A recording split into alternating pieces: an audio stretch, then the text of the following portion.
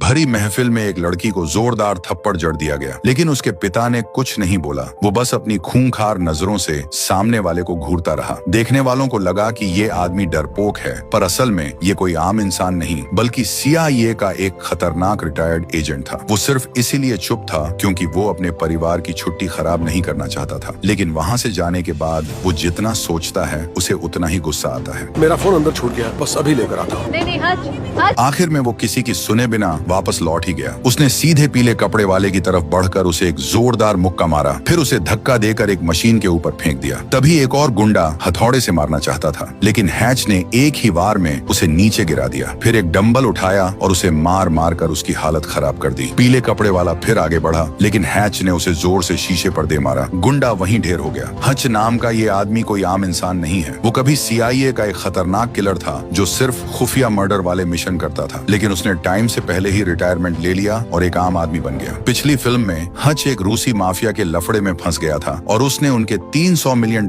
जलाकर राख कर दिए थे। आखिर में उसने रूसी बॉस को टपका तो दिया, लेकिन मुसीबत यहीं खत्म नहीं हुई, क्योंकि वो 300 मिलियन सिर्फ बॉस के नहीं थे बल्कि कई रूसी माफियाओं का रिटायरमेंट का पैसा था। गनीमत रही कि CIA के उस खुफिया संगठन ने उसकी तरफ से वो पैसा चुका दिया, लेकिन इसके बदले में हच को CIA के लिए और भी खुफिया मिशन करने पड़े ताकि वो अपना कर्जा उतार सके। इसलिए अगले 4 सालों तक हच एक किलिंग मशीन बन गया और पागलों की तरह मिशन पूरे करने लगा, मानो रोजाना खून करना उसकी आदत बन गई हो। मेरा और कितना कर्जा बचा है? 3 करोड़ के आसपास। इतनी जी तोड़ मेहनत के बाद भी 30 मिलियन का कर्जा अभी बाकी था। वो इतना बिजी रहता था कि परिवार के लिए टाइम ही नहीं निकाल पाता था और न ही अपने बच्चों को बड़ा होते देख पा रहा था। बीवी से आखिर बर्दाश्त नहीं हुआ और उसने बात करनी चाहिए, लेकिन इससे पहले कि वो कुछ बोल पाती, हच ने कह दिया कि उसे एक मिशन पर जाना है। बीवी उससे बहुत निराश थी, पर क्या वो खुद ये बात नहीं समझता था। इसलिए उसने तय किया कि इस मिशन के बाद वो पक्का छुट्टी लेगा। टारगेट के सामने आते ही हच लिफ्ट में घुस गया। गुंडों से भयंकर लड़ाई हुई और बड़ी आसानी से जीत हासिल करके उसने मिशन का मेमोरी कार्ड निकाल लिया। जमीन पर पड़ा गुंडा पलटवार करना चाहता था, लेकिन उसका पाला एक प्रोफेशनल किलर से पड़ा था। हच ने उसकी बंदूक छीनी और सीधा उसके सिर में गोली मार दी। इस तरह उसने बाजी मार ली, लेकिन बात इतनी आसान नहीं थी। बाहर निकलते ही उसे और भी गुंडे मिल गए। गुंडों के हमले का सामना करते हुए भी हच बिल्कुल नहीं डरा। उसने पास रखा गैस सिलेंडर उठाया और सीधा उन पर दे मारा। लेकिन लड़ाई अभी खत्म नहीं हुई थी। गुंडों का और भी बैकअप आ गया और इस बार कुछ ज्यादा ही खूंखार लोग आए थे। लगता है आज का मिशन काफी भारी पड़ने वाला है। हच ने पास से एक तार का पाइप उठाया और बेल्ट के सहारे उसे अपने हाथ पर लपेट लिया। उसने गुंडे का चाकू रोका और पलट कर एक जोरदार वार किया। 2 और गुंडे मौत के मुंह में आ रहे थे। उसने एकदम सटीक वार से टारगेट को भेदा और गुंडे की कमर पर वार किया। गुंडों की एक टीम ने हच को पीछे धकेला, पर हच ने तुरंत एक चाकू से खेल खत्म कर दिया। इसके बाद हच ने CIA में अपने बॉस को इस मिशन के बारे में सब बताया। बॉस ने खुश होकर कहा कि इस स्पीड से तो अगले साल वसंत तक सारा कर्जा चुकता हो जाएगा। फैमिली के साथ छुट्टी चाहिए। हच की दिमागी हालत देखकर बॉस मान तो गया, लेकिन उसने एक गहरी बात कही।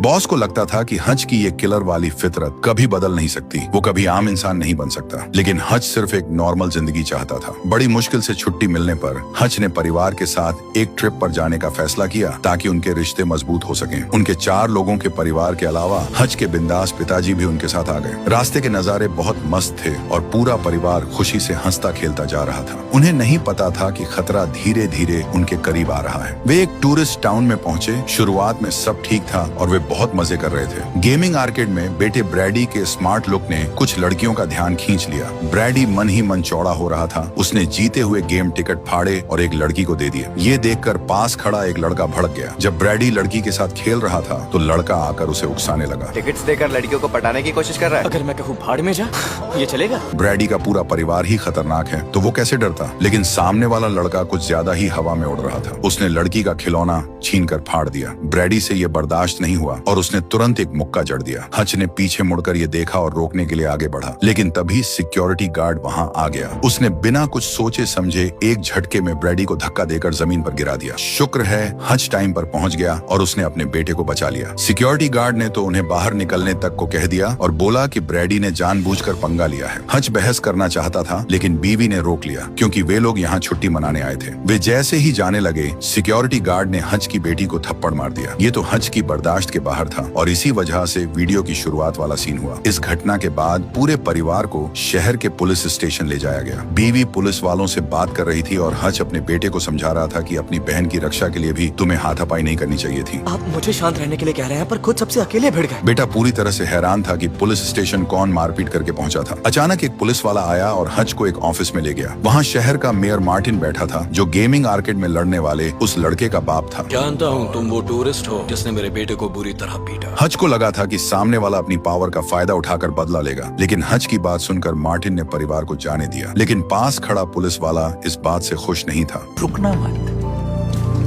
क्योंकि आर्केड के वे सिक्योरिटी गार्ड उसी के आदमी थे। अगले दिन परिवार ने फिर से घूमना फिरना शुरू किया। बीवी ने गन शूटिंग में एकदम सटीक निशाना लगाया, जिसे देखकर बेटा भी भौचक्का रह गया। लगता है इस परिवार से पंगा लेना किसी के लिए भी ठीक नहीं है। पिताजी उनके साथ नहीं गए, बल्कि उन्होंने सड़क किनारे एक छोटी सी जगह किराए पर ले ली और आराम से अपने पुराने शानदार दिनों को याद करने लगे। लेकिन परिवार थोड़ी देर ही घूमा था कि हच ने भांप लिया कि एक पुलिस वाला उनका पीछा कर रहा है। उसने अपने परिवार को घबराने नहीं दिया और खुद ही मामला निपटाने की ठान ली। उसने परिवार को नाव पर सैर करने भेजा और खुद बहाना बनाकर रुक गया। फिर वो एक दूसरी नाव में चला गया। जैसा कि उसे लगा था, गुंडे तुरंत उसके पास आ गए। हच मामले को शांति से सुलझाना चाहता था क्योंकि वो यहाँ छुट्टियां मनाने आया था। लेकिन एक गुंडे ने दौड़कर हच की गर्दन दबोच ली। वो कुछ और बोलना चाहता था, लेकिन हच ने उसे जोरदार टक्कर मार दी। फिर उसने एक लाइफ जैकेट से गुंडे को दूर फेंक दिया। इसके बाद उसने सामने वाले गुंडे को पकड़ा और नाव से बाहर फेंक दिया। गनीमत रही कि गुंडे ने फुर्ती दिखाई और पानी में गिरने से बच गया। दाढ़ी वाले गुंडे ने हथियार उठाया और अपनी पूरी ताकत से हमला किया, लेकिन गलती से अपने ही साथी को मार बैठा। हच ने गुंडे का दाहिना हाथ पकड़ा, एक रबर ट्यूब उठाया और उसे गुंडे के सिर पर दे मारा, जिससे वो अपनी सीट पर ही बेहोश हो गया। एक और गुंडा जो गिर गया था, उसने ऊपर चढ़ने की कोशिश की। हच ने उसे देखा और उसका भी काम तमाम कर दिया। तभी पुलिस वाला भी हच पर झपटा। हच लड़ना नहीं चाहता था क्योंकि पुलिस पर हाथ उठाना बहुत बड़ा जुर्म है, लेकिन पुलिस वाला पीछे हटने को तैयार नहीं था और उसने हच की छोटी उंगली ही काट दी। हच जैसे ही अपनी कटी हुई उंगली उठाने के लिए झुका, उंगली लुढ़क कर नदी में जा गिरी और एक मछली उसे निगल गई। ये देखकर हच पूरी तरह बौखला गया। वो झटके से उठा, लेकिन ध्यान भटका होने की वजह से उसे पानी में गिरा दिया गया। क्या वो डूब कर मर जाएगा? गुंडे अभी जश्न मनाना ही चाहते थे कि हच फिर से ऊपर आ गया। उसकी उंगली चली गई थी। अब उसे किसी पुलिस वाले की कोई परवाह नहीं थी। हच लड़खड़ाते हुए किनारे पर आया। उसने पुलिस वाले की कमर पकड़ी और उसे जमीन पर पटक दिया। दाढ़ी वाला गुंडा मौका पाकर दौड़ा। हच ने अपनी मुट्ठी भींची और उसे एक जोरदार मुक्का जड़ दिया। पीछे से एक और गुंडा मदद के लिए आया। हच ने उसे भी एक जोरदार झटका दिया, जिसके बाद वो गुंडा वहीं ढेर हो गया। एक और गुंडा आया। हच ने उसकी कलाई पकड़ी। गुंडे के घायल होने का फायदा उठाकर हच ने चाकू छीना और उस पर जानलेवा वार कर दिया। गुंडे पूरी तरह से ढेर हो गए। हच ने नाव का लंगर खोला और उसे खींचते हुए गुंडे को नदी में फेंक दिया ताकि वो उसकी कटी उंगली के साथ ही रहे। पुलिस वाला अभी भी चाकू उठाने की कोशिश कर रहा था, लेकिन हच उसे कोई मौका नहीं देने वाला था। तुम्हारे बाप छुट्टियां मना रहे हैं और तुम मेरे मजे किरकिरे कर रहे हो, मुझे डिस्टर्ब कर रहे हो, मैं तुम्हें मार डालूंगा। और उसने उसे जमकर पीटा। इस तरह हच की मुसीबतें बढ़ती ही जा रही थीं। उसे समझ नहीं आ रहा था कि आखिर एक छोटी सी छुट्टी मनाना इतना भारी क्यों पड़ गया है। उसने CIA को फोन लगाया, ये जानने के लिए कि आखिर माजरा क्या है। बॉस ने बताया कि ये टूरिस्ट टाउन काफी समय से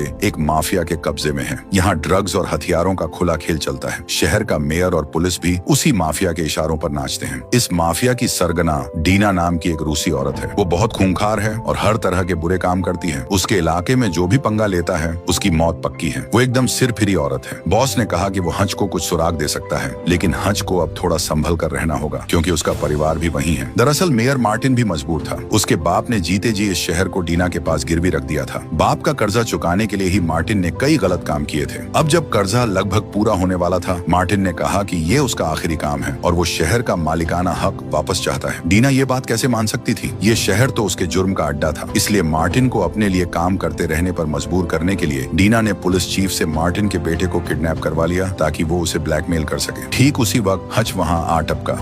तुम यहाँ कैसे आए? ये पेट्रोल है क्या? हच ने लाइटर जलाकर कहा कि अगर वे लोग उसे और उसके परिवार को परेशान करना बंद कर दें तो वो तुरंत यहाँ से चला जाएगा, वरना वो सारा पैसा और माल जलाकर राख कर देगा। पुलिस चीफ जानता था कि हच कोई ऐरा गैरा आदमी नहीं है। उसने अकेले ही उनके कई आदमियों को अस्पताल पहुंचा दिया था। मजबूरी में उन्हें हच को जाने देना पड़ा। पड़ा। लेकिन जैसे ही हच पलटा, मार्टिन का बेटा उछलकर सामने आ गया। उसने हच से अपनी मदद करने की गुहार लगाई, लेकिन हच अब किसी और पचड़े में नहीं पड़ना चाहता था और उसने तुरंत वहां से निकलने का फैसला किया। लेकिन उसकी गाड़ी ज्यादा दूर नहीं गई थी कि उसने तुरंत ब्रेक मारा और गाड़ी वापस घुमा ली। आखिर वो भी तो एक बाप था। इसके बाद गोदाम में गोलियों की आवाज गूंजने लगी, चीख पुकार मच गई और कई गुंडे बाहर भागने लगे। ऐसा लग रहा था कि बॉस की चेतावनी बिल्कुल सही थी। गुंडों को ठिकाने लगाने के बाद हच ने बंदूक उठाई और जैसे ही वो छोटे मार्टिन को लेकर जाने वाला था, पुलिस चीफ ने ट्रिगर दबा दिया। वो और गोलियां चलाना चाहता था, लेकिन उसकी बंदूक खाली हो चुकी थी। हच ने उस पर वार नहीं किया, बल्कि छत पर लटक रही लाइट पर गोली मार दी। अचानक हर तरफ चिंगारियां उठी और वे नीचे रखे काले धन पर जा गिरी। आग फैलने लगी और पूरे गोदाम में आग लग गई। डीना ये देखकर सन्न रह गई। उसने मॉनिटर पर हच की फोटो देखी, लेकिन डीना ने उसे पहले कभी नहीं देखा था और उसके बारे में कोई भी जानकारी नहीं मिल रही थी, सिवाय हच के परिवार की छुट्टियों की तस्वीरों के।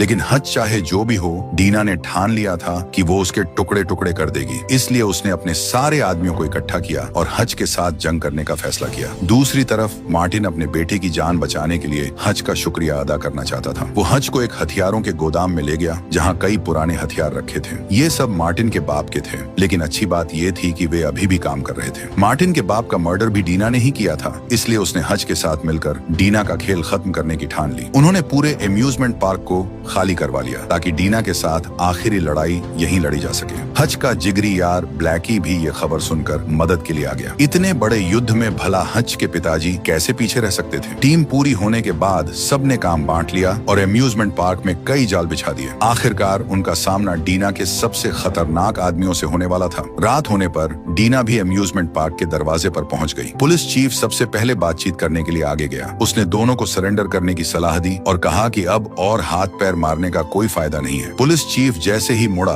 तब उसे समझ आया कि वे सरेंडर करने की बात नहीं कर रहे हैं, इसलिए उसने डीना को हमला करने का इशारा कर दिया। लेकिन डीना अभी भी गोदाम जलाए जाने वाली बात को भूली नहीं थी। पुलिस चीफ को गोलियों से भून दिया गया और वो डीना के इशारे पर ढेर हो गया। गुंडों ने हमला शुरू कर दिया और युद्ध पूरी तरह से शुरू हो गया। टीम ने बिछाए गए जालों का इस्तेमाल करके पहले कुछ गुंडों को मार गिराया। कोने पर एक गुंडे ने अचानक हमला किया, लेकिन गनीमत रही कि कुत्ते ने भौंक कर अलर्ट कर दिया। हच को इशारा मिल गया और उसने 2 गोलियां दागकर खुद को बचा लिया। दूसरी तरफ मार्टिन लड़ते हुए पीछे हट रहा था। तभी एक गोली उसके कूल्हे में लग गई। वो दर्द से कराहता हुआ छिप गया और गुंडों के करीब आने का इंतजार करने लगा। इसी बीच हच फिसल पट्टी पर खेल रहा था। गुंडे उसके पीछे लगे हुए थे। हच बीच रास्ते से कूद गया, लेकिन पीछे आने वाले गुंडे के लिए अब नीचे उतरना नामुमकिन हो गया। हच को खतरे में देखकर पिताजी ने भी मदद की। हालांकि उनके पास एक पुरानी मैनुअल मशीन गन थी, लेकिन उसकी पावर अभी भी जबरदस्त थी। बाप तो आखिर बाप होता है। अचानक एक गुंडे ने मौका पाकर पिताजी के ठिकाने को बम से उड़ा दिया। ये देखकर हच गुस्से से पागल हो गया। दूसरी ओर डीना के आदमी खुद हच के परिवार वाले लकड़ी के केबिन तक पहुंच गए, लेकिन उन्हें नहीं पता था कि ब्लैकी पहले से ही उनका इंतजार कर रहा था। छोटे मोटे गुंडों के मरने के बाद गुंडों के सरगना की बारी आई। दोनों के पास कोई बंदूक नहीं थी, बल्कि उन्होंने समुराई तलवारें निकाल ली और इसी के साथ ब्लैकी का शानदार एक्शन सीन शुरू हुआ। उधर एम्यूजमेंट पार्क में लड़ाई अब अपने आखिरी मोड़ पर थी। हच ने मार्टिन के घावों पर पट्टी बांधी और अपने पिताजी को देखने जाने वाला था कि तभी उसका सामना डीना से हो गया। वो 2 लड़कियों के साथ हमला करने आई थी। एक लड़की पहले आगे बढ़ी। हच ने उसे एक झापड़ मारा, तभी दूसरी ने हच के चेहरे पर एक मुक्का मारा। पीछे वाली लड़की बस मारने ही वाली थी कि हच ने उसे पकड़कर नीचे गिरा दिया, लेकिन फिर एक जोर की लात पड़ी और हच टेबल पर गिर गया। फिर दोनों लड़कियों ने एक एक हथियार ले लिया और लगातार हच पर वार करने लगी। बेचारा हच को समझ ही नहीं आ रहा था कि वो किस किस से लड़े। इस हालत में हच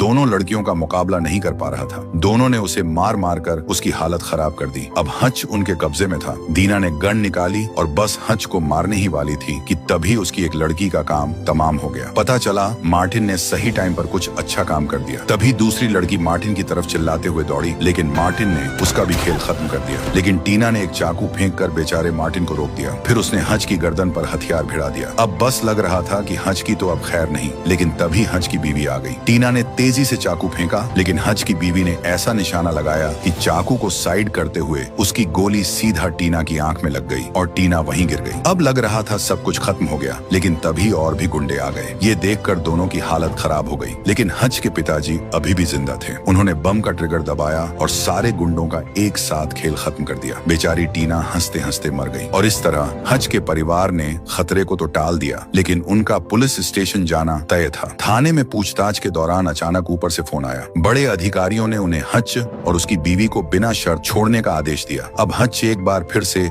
CIA का कर्जदार हो गया। लोगों का तो ये भी अंदाजा है कि कहीं तीसरे पार्ट में हच और उसकी बीवी दोनों मिलकर तो कर्जा नहीं चुकाएंगे। यहाँ फिल्म की पूरी कहानी खत्म होती है। वीडियो बनाने में बहुत मेहनत लगी है दोस्तों। कृपया लाइक, शेयर और सब्सक्राइब करना ना भूलें।